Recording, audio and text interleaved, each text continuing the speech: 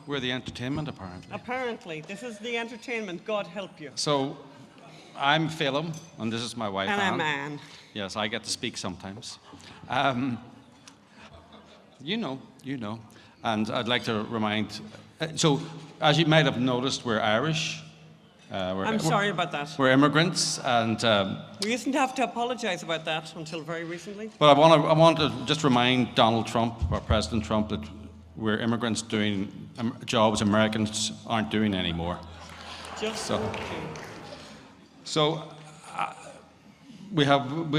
was just listening to Dr. Eastman there and the person introducing him, and they talked about how lawyers used to represent the worst people. We covered the Gosnell trial. I went to the trial of Kermit Gosnell. He was the biggest mass murderer in American history. It was a shocking trial. There was the pictures up on the wall of his victims. This is a man who he murdered babies born alive. I mean, it was terrible. The evidence was shocking. He was there smirking, but it never struck me until I heard those people speaking, Dr. Eastman speaking. He had a lawyer. Of course. And the lawyer was vicious. It was a 5-week trial. He didn't let one thing rest. Kermit Gosnell was charged with 7 murders. He did hundreds. The lawyer got him acquitted on 4. That's what a lawyer was. That lawyer who called the policemen liars and the district attorney liars was then hired by those policemen who were later charged for kind of a George Floyd thing. That's what good lawyers do.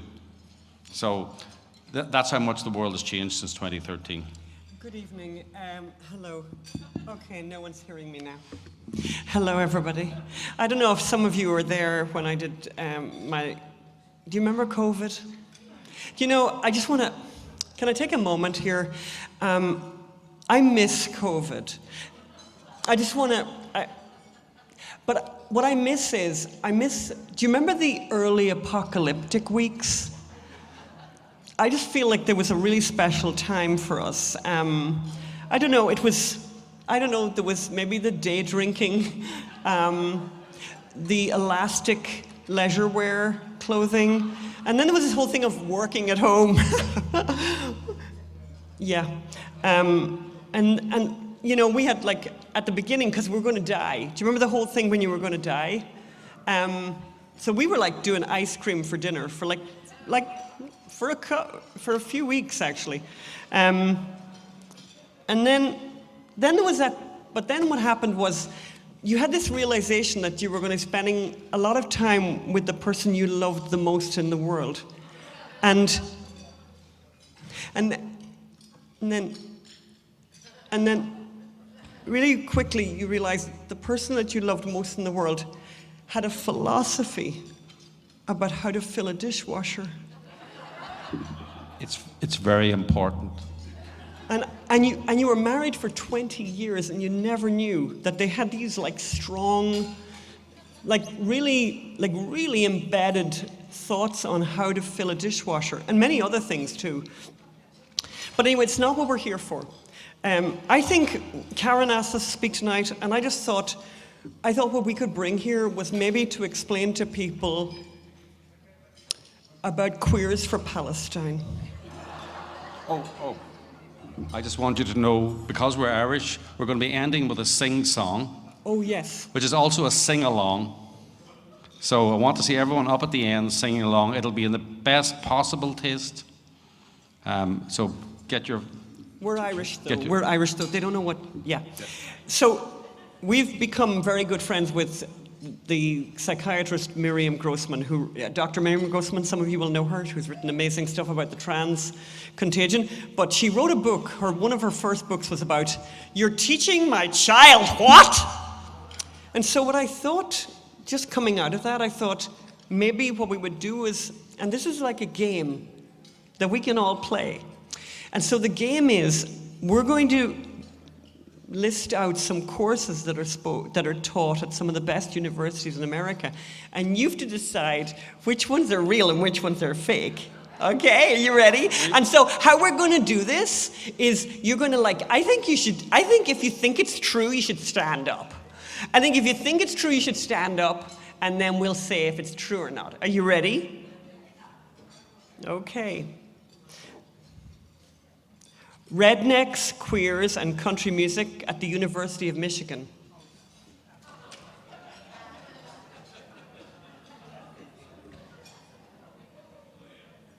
Are they being shy, or are they? No, not being shy. Okay. So the people who are standing up are fucking rock stars because you are correct. Sit down. The next one is Queering God, Feminist and Queer Theology at Swarthmore College. Oh, you people are smart. No, but by the way, yeah, good for you guys. You may sit down. And by the way, you give yourself... Okay, ready? Embroidered eco-rage, stitching feminist fury against fossil fuels. Berkeley, in a world burning from fossil fuel dependency, how can we stitch together resistance? Embroidered eco-rage explores the fusion of ecofeminism, textile activism, and anti-capitalist fury.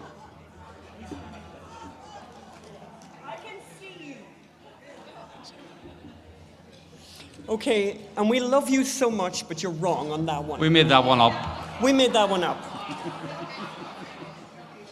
Okay. Textile activism, embroidery, and social justice at the San Francisco State University.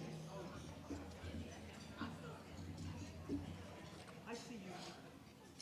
I can see you. And the rest of you who are sitting down, that is a fucking course at the San Francisco State University. I'm not done here yet. Are you ready? And I feel, just speaking to the rest of you. Unsettling whiteness at the Northwestern University, which is a historical, political, and cultural formation of whiteness in Western modernity, focusing on how it perpetuates privilege in contemporary culture. Okay, we're getting some more people standing up here. Yes, you're correct. Too easy. Sit down. Very impressed with the people at the front here. Stitch and bitch, eco-feminist rants at Oregon State. Oh, they're getting... Oh my God, they're good. They're getting clever. You know what? I can just say, this tells a lot about Karen. We got a very smart crowd. We made that one up. Okay, we went too far. Okay, Beyonce and intersectionality at Texas Christian University. Well, it's a Christian university. Oh my God, you see how many people are standing, Phelim? Nobody's standing. But thank you. We got to rock this woman here. It's true. You can learn about Beyonce and intersectionality at Texas Christian University. Intersectional ecofeminism at the University of Oregon. Okay, that's real. Intersectional fat studies at the University of New Mexico. She teaches at a university. Correct. Very correct. Okay. How to steal. This field-based seminar explores the politics, ethics, and aesthetics of theft in a world where accumulation is sacred, dispossession is routine, and the line between private property and public good is drawn in blood.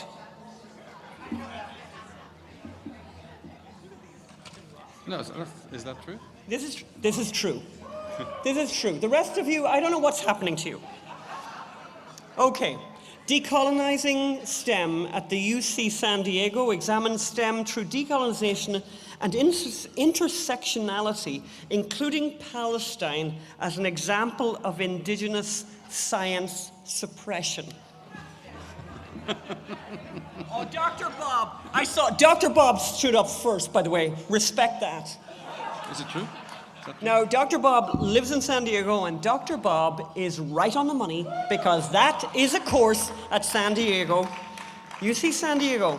Okay. What about queering food at Middlebury College?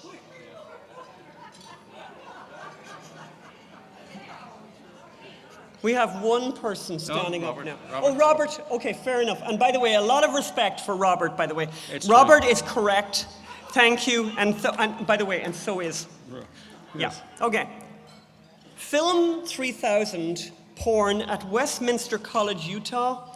As American as apple pie. Hardcore pornography is as American as apple pie and more popular than Sunday night football.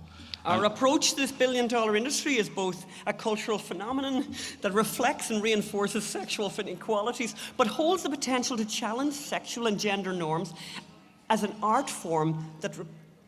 Okay. Yeah. And by the way, you have to watch hardcore pornographic films. And you watch hardcore porn for this? Yes.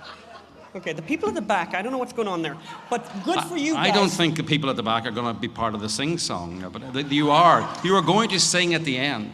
Okay, are we ready for the next one? Is there any other fake ones? Black and Queer in Leather, Princeton University. This course examines how black, queer, BDSM, what's that? How would I know?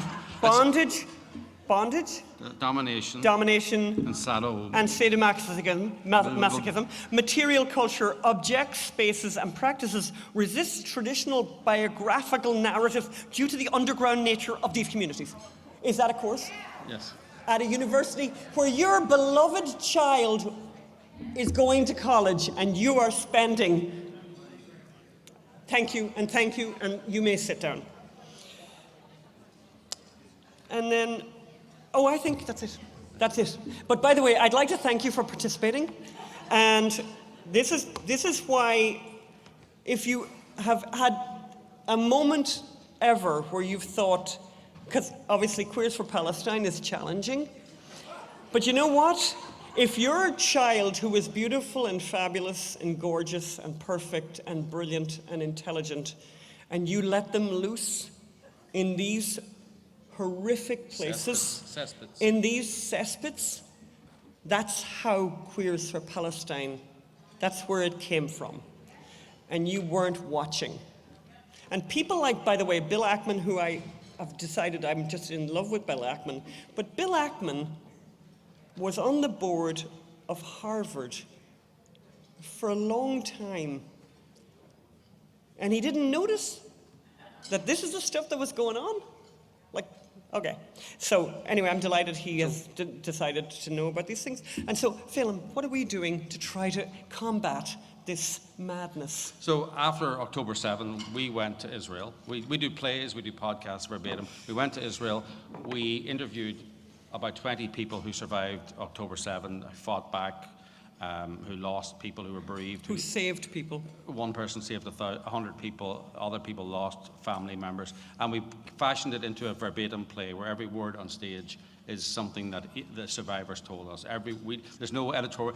I showed it to a New York theater person, and the first thing they said is, you need a journalist character there to bring context to everything. And I was going, it's the last thing you want. And I was going, you mean you need a journalist character there to lie about what people are saying, or to misrepresent it? So it's every word on stage is what happened on that day. It's the truth about October 7th. I want to interrupt and say one thing that's really interesting, and people who are Jewish here will really get this more than maybe most. One of the most disappointing things was Jewish people who I asked to do translations for some of the interviews, who toned down the interviews and said, wouldn't be very nice. And I'm like, no, you cannot change what the person said. This person lived through October 7, and you're going to do what? You think we should tone it down? How dare you?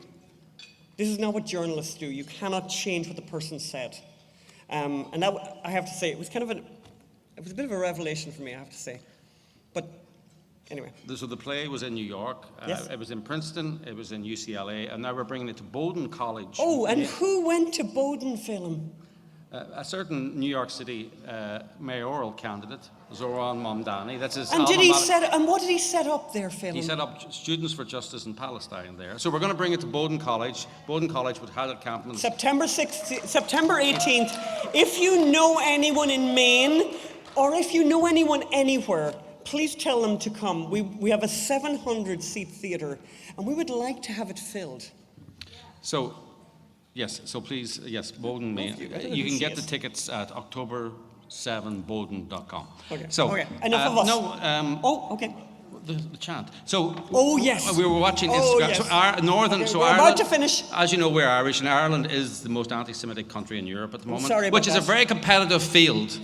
Right? Ireland doesn't win much in the world, but we're not very good at sport. We're all rather small, as you can see, but we are winning the anti-Semitic stakes. But something kind of fabulous happened. So Northern Ireland is different. I'm from Northern Ireland, and there are people up there called Protestants. Protestants. And they have different attitudes. So the Protestant part of Northern Ireland is very pro-Israel, and the southern part where she's from. Oh. You know, so Northern Ireland is currently playing soccer, football as you people call it, in Europe. They're playing Germany, and the fans, it was about 2 p.m, and so they only had about 18 pints each in them. It was very early, you know, I mean, obviously, if it was much later, they'd have more. So we were sitting there, and this pro-Hamas march went past, and it was all the people in burqas and the leftists and the Palestinian flags. So they all got into a football chant. Now, you don't really have football chants here in America, but you know, they're highly intellectual. Do you want to sing a chant? Yes, they're highly intellectual, nuanced. Do you want to sing a chant? Well thought out, deeply intellectual. So what do you think a chant was? The Northern Ireland fans started singing, and I want everyone to join in. We're going to do it a few times. You can stick your Palestine up your hole. You can stick your Palestine up your hole. You can stick your Palestine. Stick your Palestine. You can stick your Palestine up your hole. Okay. And that's a direct quote. Yeah. Wasn't us saying it. We're just quoting. We're just bringing. We're journalists. We're journalists. We're just bringing you information. Because we couldn't have a video. Okay. Thank you. Good night.